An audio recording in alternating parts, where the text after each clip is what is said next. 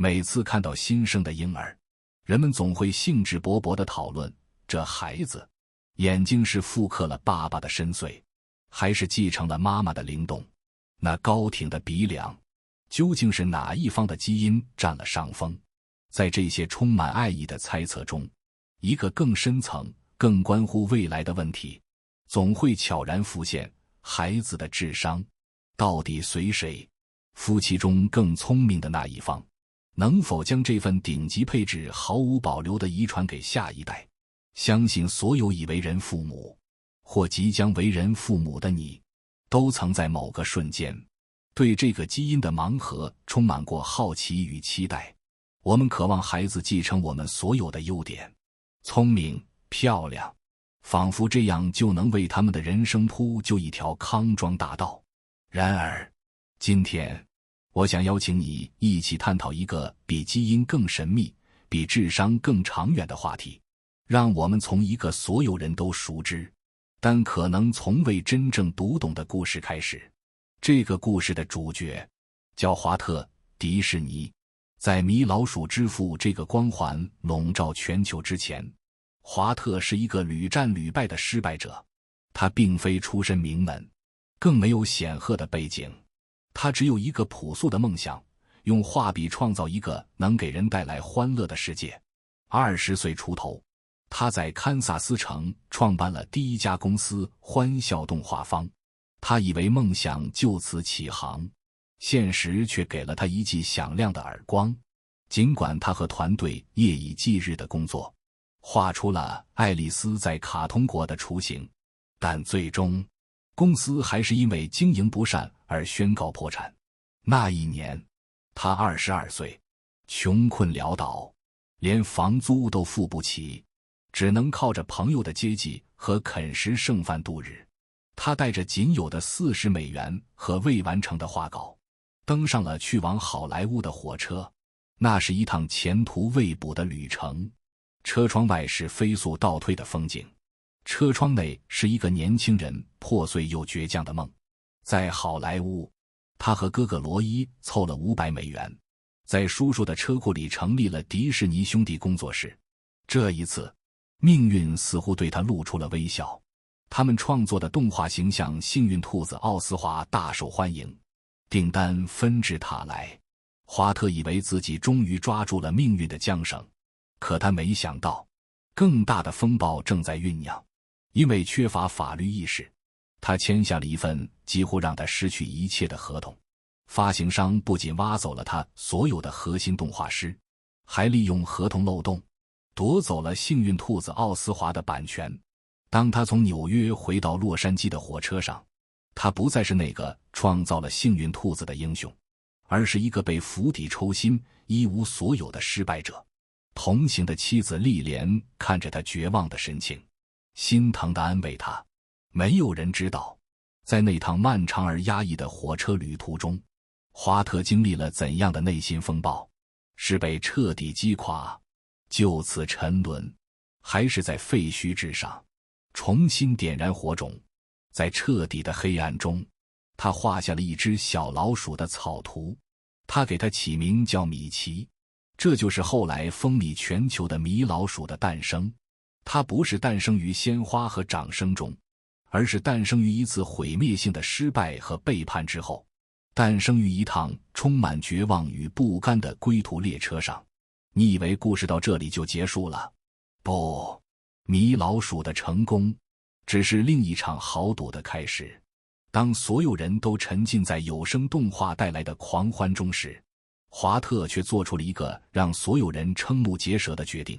他要制作一部长篇动画电影《白雪公主和7个小矮人》。在那个时代，这无异于痴人说梦。一部动画长片的成本是天文数字，制作周期长达数年。没有人相信观众会愿意为一部卡通片在电影院里坐上1个多小时。整个好莱坞都嘲笑他，称这部电影是迪士尼的蠢事。他的妻子，甚至他的哥哥罗伊，都恳求他放弃这个疯狂的念头。为了筹集资金，他抵押了自己的一切，包括房产和保险。他将整个公司的命运都压在了这个不被看好的项目上。在长达3年的制作过程中，预算一再超支，质疑声从未停歇。华特承受着外人无法想象的巨大压力，他像一个孤独的赌徒，押上了自己的全部身家和声誉。1937年12月21日，《白雪公主》首映。当电影结束，全场观众起立，掌声雷动，经久不息。卓别林、克拉克、盖博等一众名流都为这部伟大的作品动容。华特站在那里，泪流满面。他赢了。我们回顾华特·迪士尼的一生，会发现他的人生充满了过山车式的起伏，破产、背叛、嘲笑、豪赌，任何一个坎都足以让普通人一蹶不振。究竟是什么让这个看似平凡的年轻人一次次从失败的深渊中爬起，最终构建起一个庞大的童话帝国？我想，那不是我们通常所说的天赋或智商，而是一种更深邃、更强大的内在力量。心理学家将其称为星号心理韧性 psychological resilience 星号。我们更通俗地称之为逆商。它就像人体的心理免疫系统，一个免疫系统强大的人，即使暴露在病毒之下，也能安然无恙，或者迅速恢复。而一个心理韧性强大的人，在面对打击、挫折和失败时，也能够有效地进行自我调节，从负面情绪中快速反弹，并从经历中汲取教训，获得成长。如果说智商 IQ 和情商 EQ 决定了一个人能走多快，那么逆商 EQ 则决定了他能走多远，尤其是在逆境中能反弹多高。我们常常羡慕那些别人家的孩子，他们似乎总能轻松考高分，顺利进入名校，找到一份体面的工作。我们以为是高智商为他们的人生开启了简单模式，但现实往往是，许多在顺境中长大的天之骄子，一旦进入真实的社会，面对一次小小的职场挫败，一次不那么顺利的人际关系，甚至是一次不公正的评价，就可能瞬间崩溃。他们就像温室里精心培育的花朵，习惯了恒温恒湿的环境，一旦遭遇风雨，便会迅速凋零。我曾听过一个令人惋惜的真实案例，一个从小到大都是学霸的女孩，以省状元的身份考入顶尖学府，在父母和老师的眼中，她是完美的代名词。然而，进入大学后，她发现自己不再是唯一的光环主角。在一次重要的期末考试中，因为准备不充分，她只得了一个中等成绩。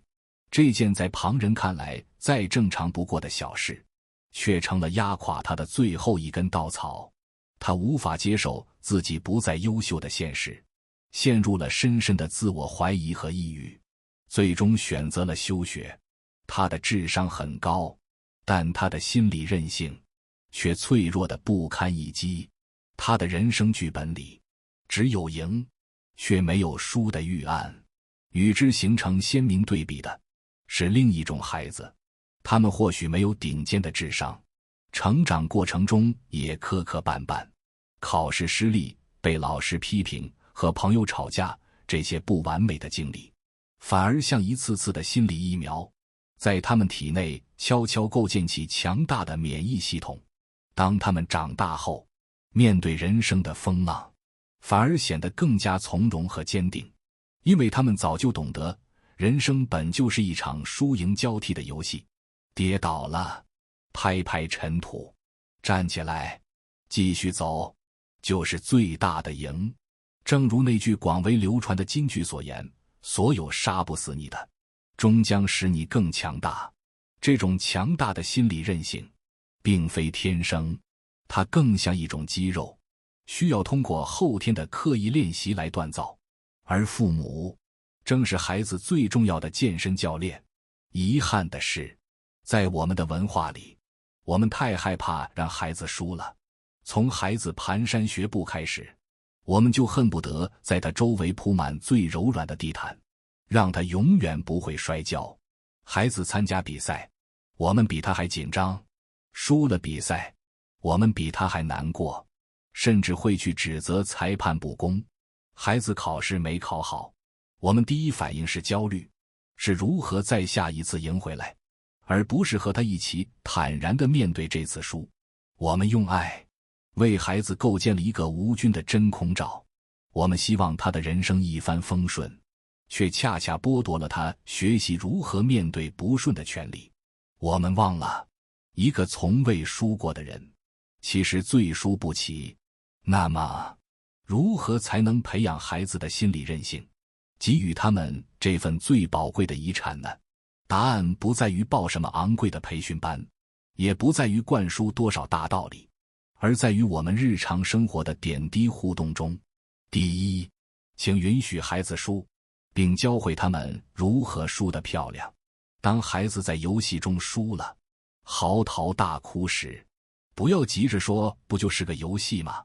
有什么好哭的，或者下次赢回来就好了。蹲下来，抱抱他，告诉他，我知道你很难过，输了的感觉确实不好受，妈妈爸爸也输过，也会难过。先共情他的情绪，让他知道输了之后的负面情绪是被接纳的，然后可以和他一起复盘，我们看看这次是哪里没做好，还是对手太强了，我们从中学到了什么。最后一定要真诚地祝贺赢家，教会孩子为对手鼓掌，是一种气度，更是一种智慧。他让孩子明白，竞争的目的不是为了消灭对手，而是为了成为更好的自己。一个能坦然接受失败，并由衷欣赏对手的孩子，他的内心世界必然是开阔而丰盈的。第二，请将你的关注点从结果转向过程。当孩子拿着一张100分的试卷，兴高采烈地跑向你时，你的第一反应是什么？是你真棒，太聪明了，还是我看到你这段时间每天晚上都在认真复习，这些努力没有白费，真为你感到骄傲？前者是在夸奖他的天赋，这会让他潜意识里认为聪明是成功的唯一原因。那么当他下次考砸了，他就会认为是自己不够聪明，从而陷入自我否定。而后者是在肯定他的努力，这会让他明白，成功源于过程中的付出和坚持。即使下次结果不理想，他也不会轻易否定自己，而是会去反思过程中哪里出了问题。这种成长型思维正是心理韧性的基石。永远不要吝啬你对孩子努力过程的赞美，那比任何对结果的奖励都更有力量。第三，请给孩子一个允许犯错的家庭氛围。孩子不小心打碎了杯子，你是勃然大怒，指责他怎么这么不小心，还是先关心他有没有受伤，然后平静地告诉他没关系，我们一起来把这里收拾干净吧。一个总是生活在害怕犯错、害怕被惩罚的环境中的孩子，他的探索欲和创造力会被渐渐扼杀，他会变得畏首畏尾，不敢尝试任何有风险的事情。而一个轻松、宽容的家庭氛围，会成为孩子最坚实的心理安全网。他知道，无论他在外面经历了什么，成功或是失败，家永远是那个可以让他卸下所有防备，坦然做自己的港湾。在这个港湾里，他犯的错会被理解，他的情绪会被接纳。这份来自家庭的无条件的爱与支持，是治愈一切创伤的良药，也是孩子未来敢于闯荡世界的最大底气。我们回到最初的那个问题，夫妻之中，到底谁的基因决定了孩子的未来？科学告诉我们，智商和长相是父母基因的随机组合，其中还夹杂着后天环境的复杂影响。纠结于孩子到底随谁，其实是一个美好的伪命题。